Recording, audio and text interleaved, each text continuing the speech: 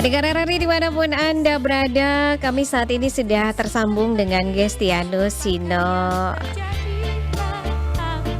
salah satu narasumber kami di kesempatan pagi hari ini di sesi wawancara terkait dengan informasi yang akan kami hadirkan untuk Anda. Pegiat pertanian organik di NTT terima penghargaan Sarva Bumi Award 2024. Kak Gesti, selamat pagi. Selamat pagi, kalian Kiraf. Selamat pagi, salam sehat untuk semua. Oke, salam hangat dari ND Kota Pancasila ke Kupang, Kak. Ya. Oke, baik. Kak Gesti, sebelumnya kami tim Florata Pagi mengucapkan dan juga Provisiat ya atas pencapaian Anda begitu ya Kak Gesti ya dalam event ini. Dan mungkin bisa dijelaskan ini program seperti apa ini yang Anda ikuti? Jadi baik, terima kasih pendengar RRI ND di mana saja berada. Jadi perlu diketahui bahwa penghargaan ini merupakan undangan yang ketiga. Jadi saya sudah 2 kali menjadi narasumber di acaranya Kikendi.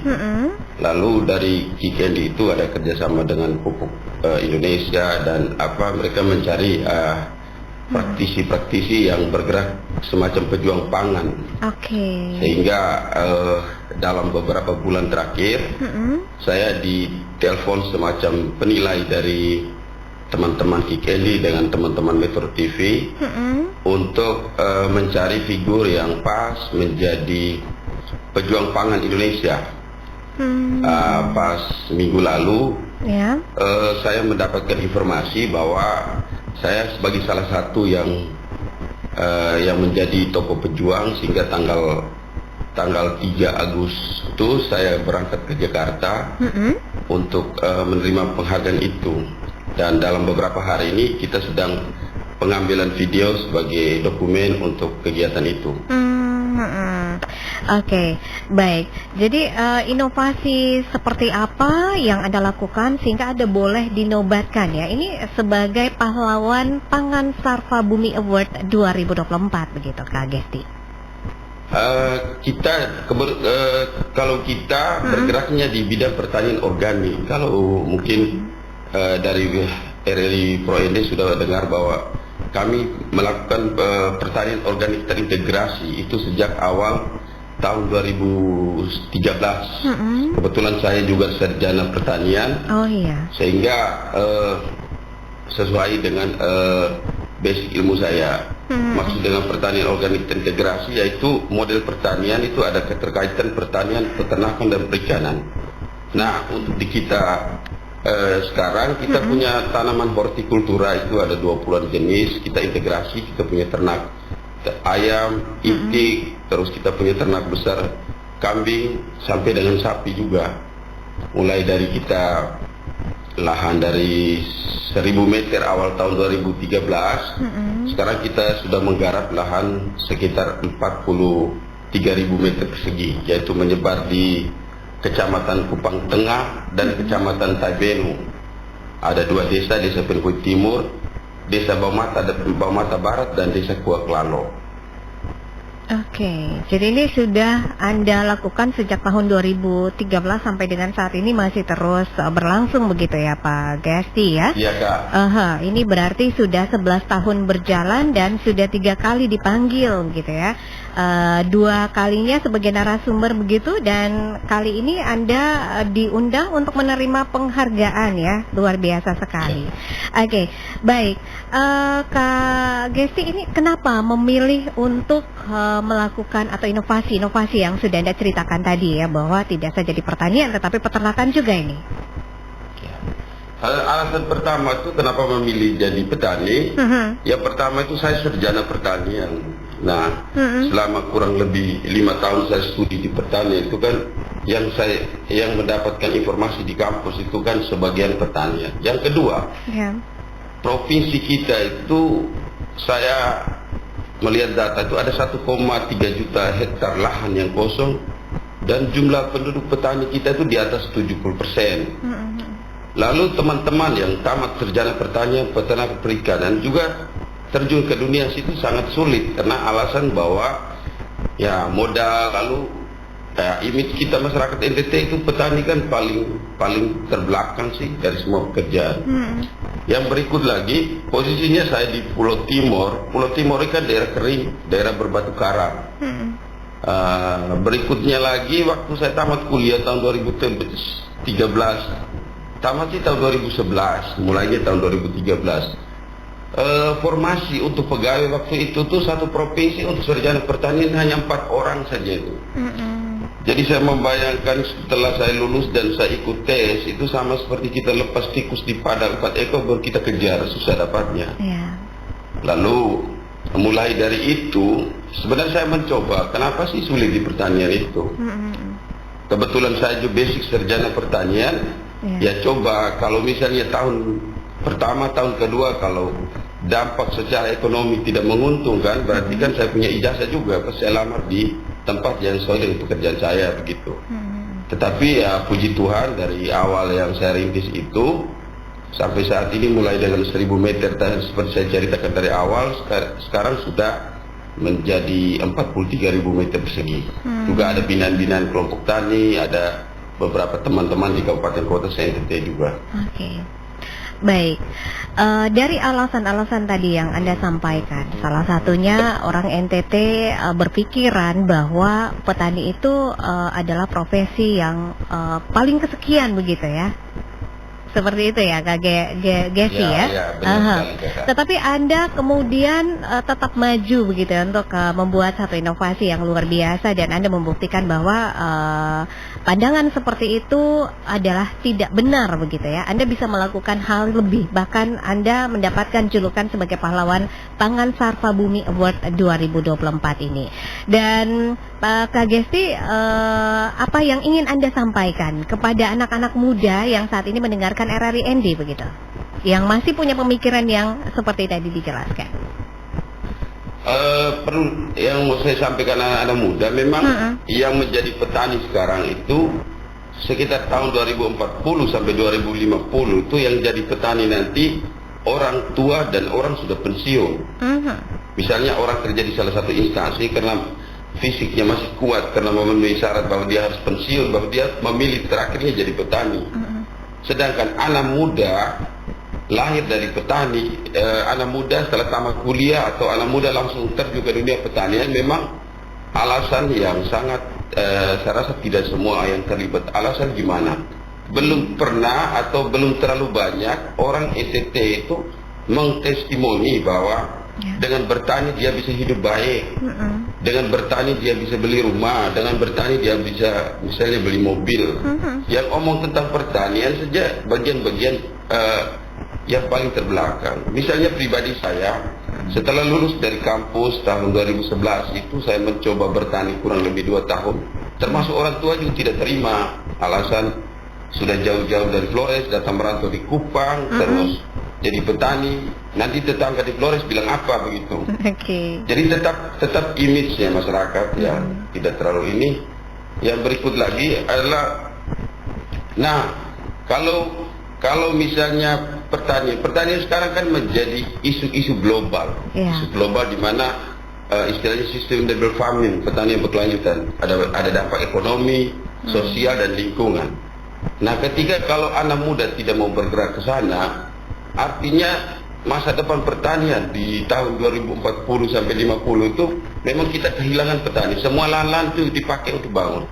Saya mungkin membayangkan saja bahwa tahun 2045 sampai tahun 2050 itu harga pepaya dengan harga HP itu sama. Karena waktu itu ada mesin-mesin teknologi yang bagus yang menghasilkan HP itu dalam waktu menit saja. Sedangkan tidak ada mesin yang mencetak pepaya langsung keluar jadi makan. Karena pepaya itu kan butuh waktu 6 bulan baru dia berbuah dan dia menghasilkan.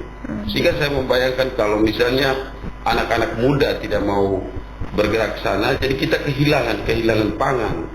Nah, kalau berbicara tentang pertanian berkelanjutan itu, kita mulai dari halaman rumah. Jadi halaman rumah walaupun hanya 10 are, 1 are dan lain-lain itu, kita harus isi dengan produk-produk pertanian.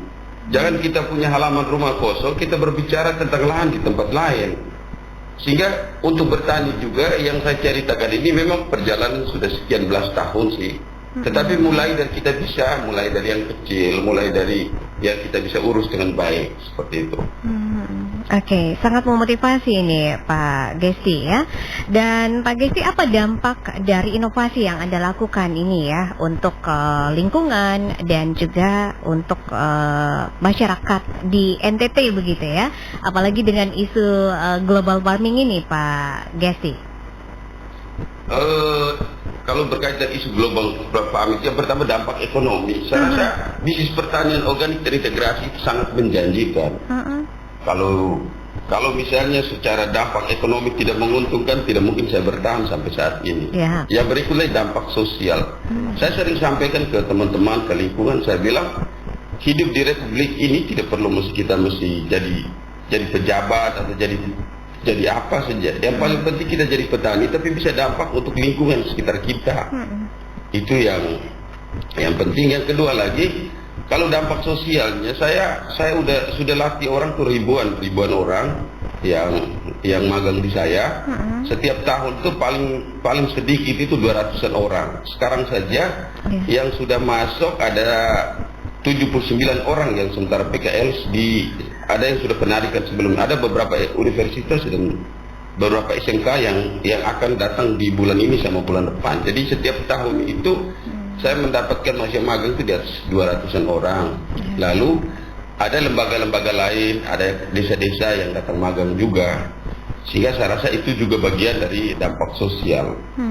Lalu kalau lingkungannya itu, jadi kita di GS Organik itu bagaimana kita menjaga kesehatan tanah, bukan menjaga kesehatan tanaman. Jadi tanah itu harus dikasih sehat dengan nutrisi-nutrisi pertanian integrasi tadi, misalnya limbah ikan lele, air bersihnya masuk ke kolam, air kotornya ke kebun. Begitupun sisa-sisa dari overproduksi sayur kita bisa ke sapi, bisa ke kambing, limbah itu masuk ini. Lalu kita sudah masuk di pengolahan. Sekarang kita udah pengolahan stik bayam, stik beetroot, kita juga punya pengolahan keripik pisang, yaitu bagian dari pasca panennya. Jadi kalau untuk kita sih sudah dari hulu sampai hilirnya. Lalu kita juga bermain di pasar pasar online. Kita punya website sendiri untuk penjualan gsorgan.id. Lalu kita kerjasama juga dengan GrabMart. Itu sudah dari semenjak COVID itu yang kita inovasi. Berarti dengan inovasi yang sudah Anda lakukan sejak tahun 2013 sampai dengan saat ini sudah menciptakan banyak sekali peluang kerja begitu ya untuk masyarakat NTT yang ada di sekeliling Anda begitu Pak Gesti ya? Ya, kira-kira begitulah. Tidak semua NTT, tapi mewakili semua kabupaten kota ada ya? Oke, luar biasa. Kalau boleh tahu ini berapa banyak jumlah pekerjaannya Pak Gesti? Kalau pekerja saya yang tetap itu ada 7. Ada dengan bidangnya masing-masing. Ada urus pertanian, peternakan, ada pengolahan, ada bagian pemasaran. Tetapi saya kan sudah menggunakan teknologi. Misalnya kalau untuk siram pakai irigasi tetes. Lalu untuk pengolahan lahan itu kan ada pakai traktor, rotari, mesin untuk cetak bedengnya, terus untuk kontrol pH tanah, kontrol hara itu kan punya alat yang pakai jinawi yang connect langsung dengan satelit gitu. Sehingga itu untuk memudahkan. Saya membayangkan bahwa dengan teknologi banyak, teknologi kita menggunakan teknologi sehingga produksi cepat, tenaga kerja juga kurang. Memudahkan ya. Lalu saya setiap bulan kan punya mahasiswa magang kerjasama dengan sekolah SMK. Jadi dari Januari sampai Desember itu kan ada yang 2 bulan, ada yang 6 bulan juga, 4 bulan juga. Sehingga mereka itu saya membayangkan mereka juga bagian dari tenaga kerja karena titipan dari sekolah atau dari kampus itu kan harus mengikuti alur apa yang kami sudah lakukan di kebun begitu. Oke. Berarti teknologi yang digunakan juga ini ramah lingkungan begitu ya Pak Gesti ya? Ya. Itu prinsip. Baik, Kak Gesti, sebelum kita akhiri kebersamaan kita di pagi hari ini, apa yang menjadi pesan dan juga harapan Anda tentang program ini ke depannya begitu? pesan itu apa ya? Kalau pertanian itu tidak pernah ingkar janji kalau dikerjakan secara sungguh-sungguh. Jadi kalau urus pertanian dengan baik, artinya pertanian anti luas pertanian, tetapi kalau diurus dengan baik pasti dia tidak mengingkari janji. Nah, kalau untuk misi saya ke depan, harapan saya ke depan itu sebenarnya saya mau pingin bangun sekolah vokasi dengan pembelajaran mulai dari hulu sampai hilir, sehingga tidak perlu anak-anak kita mesti magang ke negara lain atau daerah lain. Minimalkan di daerah kita juga punya sekolah vokasi yang khusus untuk praktek saja, praktek dan setelah mereka jadi kita bisa kirim ke kabupaten-kabupaten dan mereka itu kita dorong Pemda untuk membiayai atau menyediakan sarana untuk mereka bisa kembangkan kita punya daerah.